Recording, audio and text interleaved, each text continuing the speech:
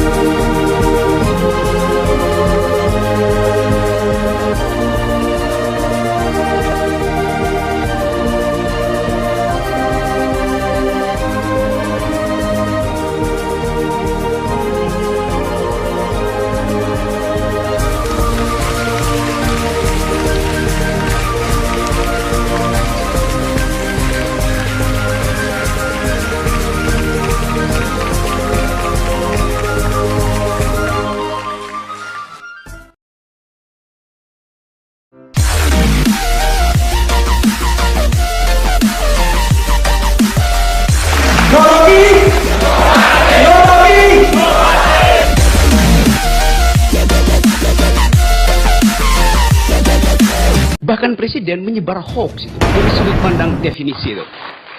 Pak Jokowi bilang jangan membaca Jokowi undercover, dianggap itu hoax.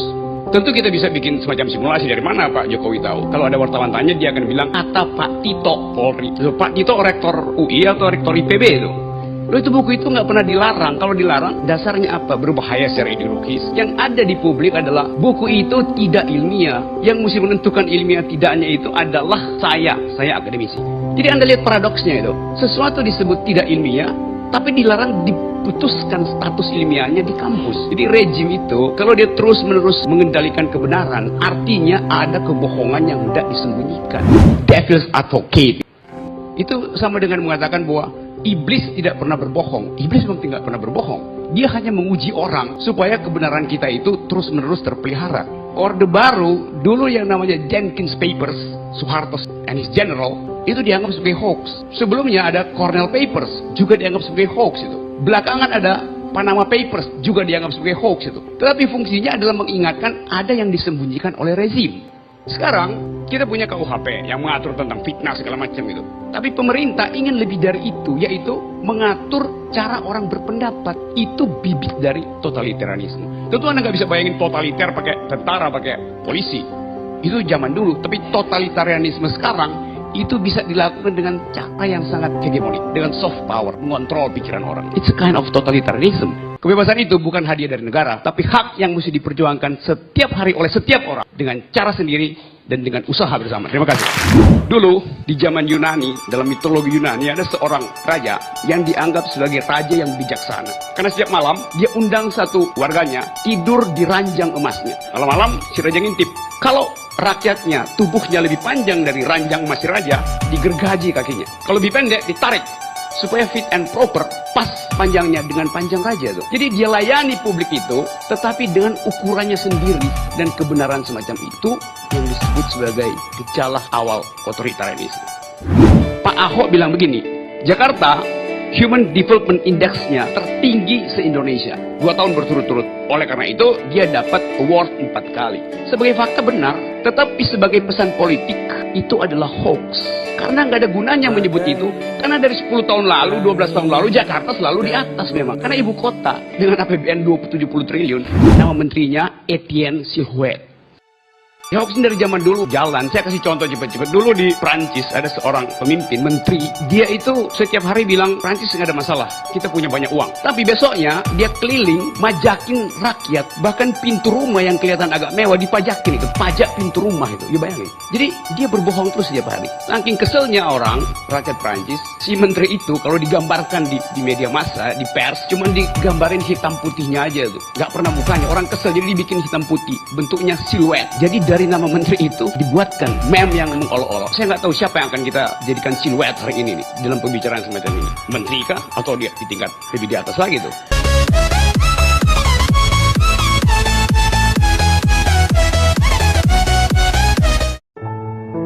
Hai.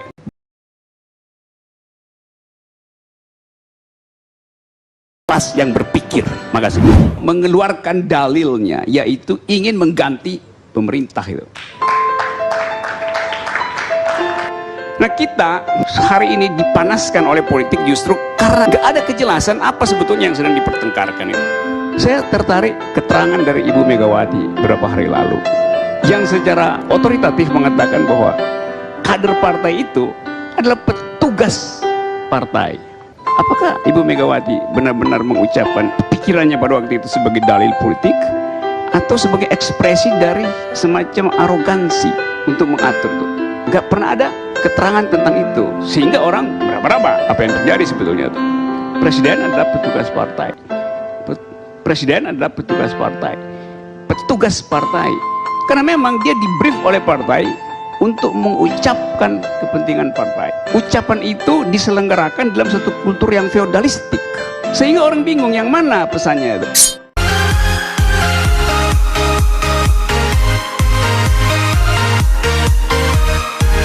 Apakah Tuhan berdaulat di NKRI? Tidak. Sepertinya ada banyak racun di tubuh Republik ini. Dan racunnya itu justru karena obatnya kebanyakan. Karena kita memilih kedaulatan rakyat, final itu. Tetapi memori kita sebagai manusia budaya tidak mungkin dihentikan dengan dalil konstitusi itu. Seharusnya ada semacam public address dari presiden. Akibatnya seluruh peristilahan publik dilecehkan dengan tuduhan-tuduhan ideologis. Kalau saya bilang saya seorang liberal, orang akan bilang Anda nggak bertuhan ya. Lo istilah liberal itu nggak ada urusan dengan bertuhan tidak bertuhan. Kalau saya bilang saya seorang sekuler, berarti Anda ateis. Seorang sekuler adalah orang yang bisa sangat bertuhan karena dia bisa bedain antara niat masuk surga dan berbuat baik di dunia itu. Tapi karena pembicaraan itu selalu diarahkan untuk soal-soal yang penuh sentimen, maka argumen untuk menghasilkan percakapan publik tidak terjadi. Bisa nggak negara ini berubah? Bisa. Lo konstitusi bilang untuk mengubah diri saya ada syarat-syaratnya. Saya bayangin misalnya kalau di Monas ada spanduk kecil aja, bunyinya misalnya 2019 Jokowi Habib Rizik. Nggak ada nih ribut-ribut. Karena fungsional kan. Ruang politik kita yang kita sebut bebas itu sebetulnya isinya adalah transaksi jangka pendek antara dendam dengan dendam. Akhirnya orang masuk di dalam duel kesolehan. Lebih soleh siapa? Yang ada di Monas atau yang tidak ada di Monas? Negeri ini pernah punya obsesi dengan negara Islam. Sebutkan itu sebagai fakta tuh. Tetapi batas dari obsesi itu adalah konstitusi. Bisa nggak itu diwujudkan? Oh, itu soal pertandingan politik. Lain lagi soalnya tuh. 30 kali lipat ada di Monas. Tetapi kecerdasan politik, siasat politik tidak ditemukan, itu tetap sebagai fantasi itu. Dua orang ada di Monas dan berhasil untuk mengubah jadi kekuatan politik, ya berubahlah negara ini. Secara formal begitu, itu gunanya ada amandemen. Kita terlalu norak dengan soal-soal yang fantasizing semacam itu. Saya butuh seorang yang punya keahlian statesmanship dan bukan sekedar craftsmanship itu. Seorang yang paham tentang cara merekat furniture negara dan bukan sekedar merekat mebel yang rusak. Terima kasih. 212 perlukah dikritik? Bukan perlu ada, tapi perlukah dikritik? Oke, perlukah pertanyaan itu diajukan? Ada institusi-institusi negara yang mengalami keretakan awal. Dan presiden, kepala negara, harus merekat itu bukan dengan Aika Aibon, tapi dengan konstitusi. Berarti harus ada pemahaman yang mendalam tentang fungsi konstitusi dalam merekat persatuan dan kesatuan ini.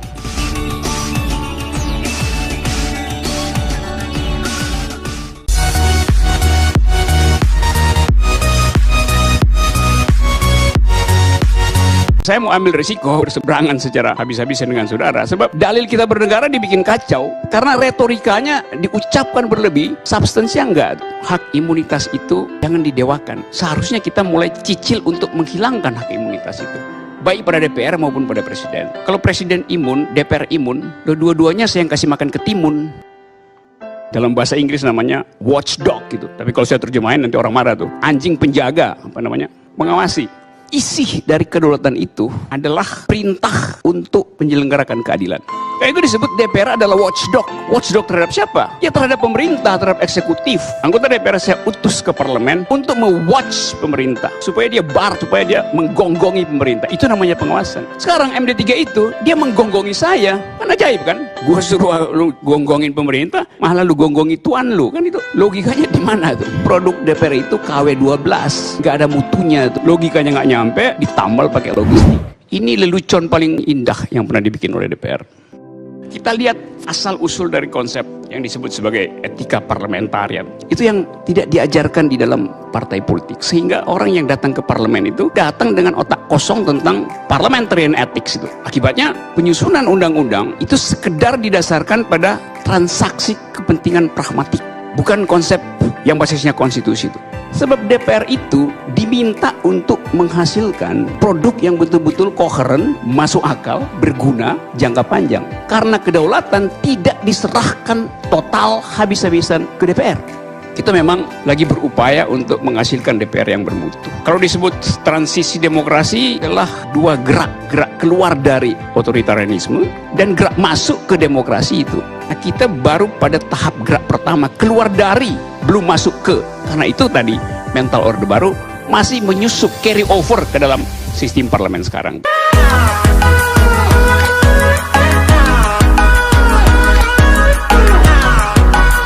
Separuh dari Twitter yang masuk ke saya minta Rocky Gerung jangan diundang lagi, tapi separuh mensyaratkan ALC harus ada Rocky Gerung. No Rocky Gerung, no party katanya. Jadi tanya, apa salah Bu Mega dengan Bang Rocky Gerung? Nggak ada. Perasaan saya ini soal politik, bukan soal personal. Ini sudah main politik, bukan ini personal. Ini sudah main politik, bukan ini personal. Bapak merasa dekat dengan SBY, merasa dekat dengan Megawati, sehingga Bapak bisa menilai mereka berdua dengan kacamata Bapak. Itu nggak benar, Pak. Yang benar? Ya, yang benar itu Bapak bersikap fair. Bersikap fair artinya pro Jokowi? Oh, enggak. Oh, oke. Enggak. Thanks. Maaf ya. Tapi bagi kami, threshold itu tetap penting sebagai upaya untuk mengucapkan ulang konstitusi yang benar itu. Dulu dianggap itu sebagai upaya untuk meloloskan pihak lain. Sekarang buktinya pihak SBY dan Prabowo tidak lagi peduli pada soal itu. Dia udah bikin koalisi, apa gunanya threshold itu? Jadi itu adalah kutukan terhadap pemerintah sendiri karena berupaya untuk mengefisienkan politik, berupaya untuk ada calon tunggal dan mengancam secara konstitusional pihak yang lain. Sekarang dia terjebak di situ. Bayangkan dua.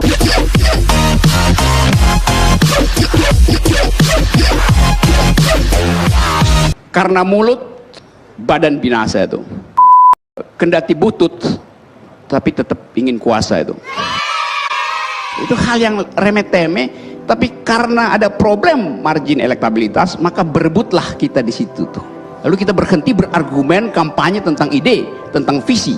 Nah, masyarakat kita sekarang diguyur dengan itu tuh, kehilangan kemampuan untuk mengolah argumentasi. Jadi ada semacam pasar gelap kedunguan, black market of stupidity itu. Pak Jokowi terus-menerus bicara tentang upaya untuk membawa Indonesia masuk ke tahap industri 4.0. Kalau itu misalnya dibuka sebagai tema politik di forum ini dan betul-betul kita bahas, kita bedah satu persatu jalan pikiran itu bisa jadi contoh baru bagaimana kita berpolitik dengan membedah konsep. Bendera itu penting, banner itu penting, tapi itu kan menandakan bahwa kita nggak mampu berargumen. Karena itu kita pasang banner, kita pasang bendera. Apa gunanya soal-soal semacam itu? Terpaksa saya kasih kritik pada Pak Jokowi karena nggak mungkin saya kritik Prabowo, dia nggak kuasa, ngapain?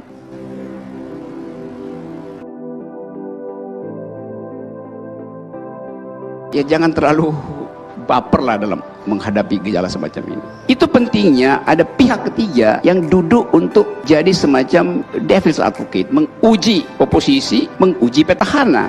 Karena itu saya dorong sebetulnya politisi itu datang ke kampus. Kalau punya otak, biarkan kampus yang periksa otakmu itu. Jangan minta diperiksa oleh rakyat awam yang bisa dibohongi tiap hari. Jadi kembalikan sifat intelektual dalam politik Indonesia, karena negeri ini didirikan oleh pikiran bermutu. Dan sekarang pikiran bermutu itu diambil alih oleh para demagog yang sekedar berupaya untuk mencari margin elektabilitas. Yang kita perlukan adalah gagasan besar yang bisa memastikan bahwa negeri ini akan tumbuh dengan akal pikiran yang baik. Terima kasih.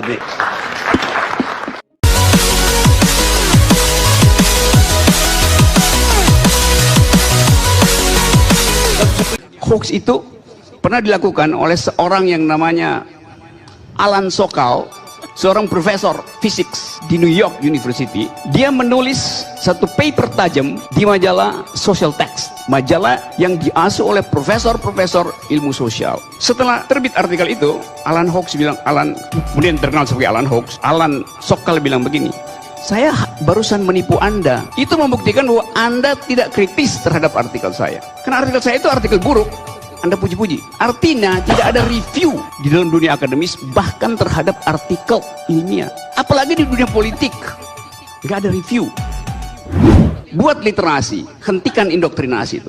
Pemerintah telah bekerja keras untuk memakmurkan rakyat. Headline pertama. Headline kedua, orang miskin bertambah, kata BPS. Yang mana yang hoax? Nggak mungkin dua-duanya benar.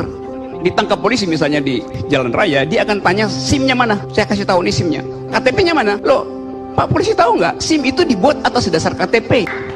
Saya kritik pemerintah, akan dibilang begini, sebaiknya Anda berkaca diri dulu, lihat Anda sendiri sebelum mengkritik pemerintah. Loh, pemerintah kalau dikritik itu urusan publik, kesalahan saya urusan privat. Jadi publik intelektual kita tidak dirangsang untuk berpikir sebaliknya. Ingin literasi, tapi justru indoktrinasi yang dilakukan. Dan negara nggak menyelenggarakan politik akal sehat, sehingga kita bereaksi lebih cepat dengan kemarahan daripada dengan akal. Negeri ini dibikin tegang karena kita nggak mampu membuat metafor. Kita nggak pernah mampu menghumorkan, memparodikan, membuat satire. Jadi kalau ditanya apa solusinya, gampang. Naikkan IQ Anda dan hoax akan turun. Terima kasih.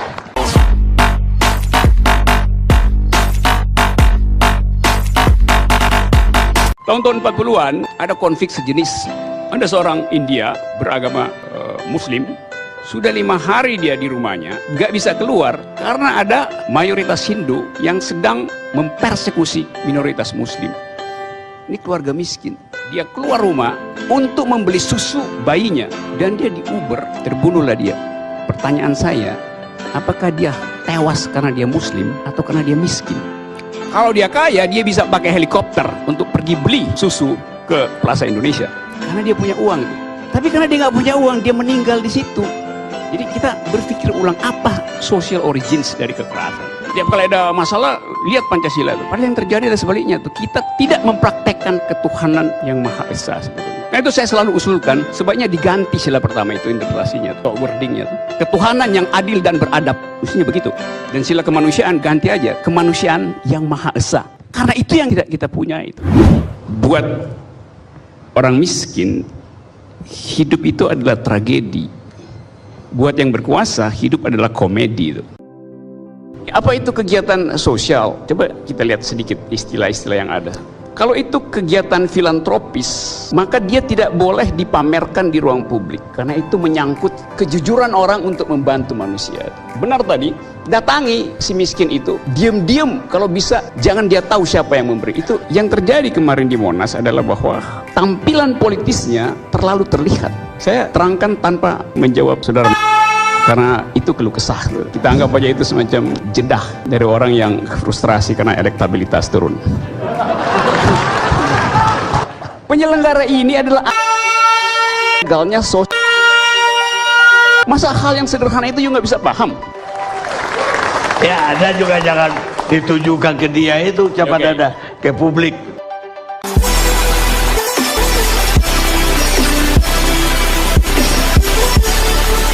Orang berpikir ulang, apa sebetulnya motif istana memviralkan kesolehan presiden di Afghanistan? Demi apa? Diplomatik, statistik pemilu. yaitu ini adalah semacam persiapan Republik sedang hamil tua, isu hantu komunis diucapkan di situ. Lalu dikaitkan lagi dengan, ya kan memang dari awal ada semacam persekusi terhadap ulama itu. Ada surplus kebenaran di pihak penguasa untuk meyakinkan bahwa hanya kami yang Pancasila, yang lain adalah berbahaya itu. Jadi kalau disebut ada orang gila, semua manusia itu punya potensi untuk jadi gila itu. Problemnya adalah upload nggak kegilaan itu. Jadi gila itu adalah hak asasi manusia. Kebenaran akademis ditentukan oleh Menteri Dalam Negeri. Apa nggak gila tuh? Kita anggap Menteri Dalam Ngeri kalau salah baca tuh. Jadi kalau ada orang gila beroperasi, pasti ada orang yang lebih gila lagi yang mengendalikan orang gila itu.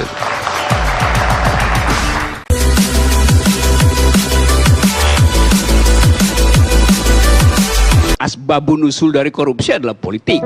Korupsi dalam format Bhinneka Tunggal Ika tuh. Maka seharusnya bukan sekedar pada Novanto, karena jaket warna orange itu kan sebetulnya campuran antara warna kuning dan warna merah, baru disebut orange itu. Panggung selalu ada dua, yang di depan dan yang di belakang. Orang selalu sebenarnya ingin mengintip di belakang, karena di belakang ada kasakusuk, ada asik masyuk. Yang dipentaskan itu urusan 300 juta, 200 juta, ya itu gampang betul lah, itu pasti transaksinya langsung saling tangkap itu. Tapi kalau udah triliunan, itu pasti nggak ada transaksi langsung. Uang itu pasti berlapis tibanya, karena memang direncanakan agar supaya alibinya juga berlapis. That's the logic itu. Jadi saudara Novanto keahliannya itu tunggal, yaitu mengatur transaksi politik. Di dalam kepalanya itu ada skema besar yang akan dia cicil sambil menunggu situasi politik. Armada itu harus dipimpin oleh presiden, kepala negara. Mungkin sekarang presiden kecapean sehingga Setia Novanto ambil alih kemudi sementara.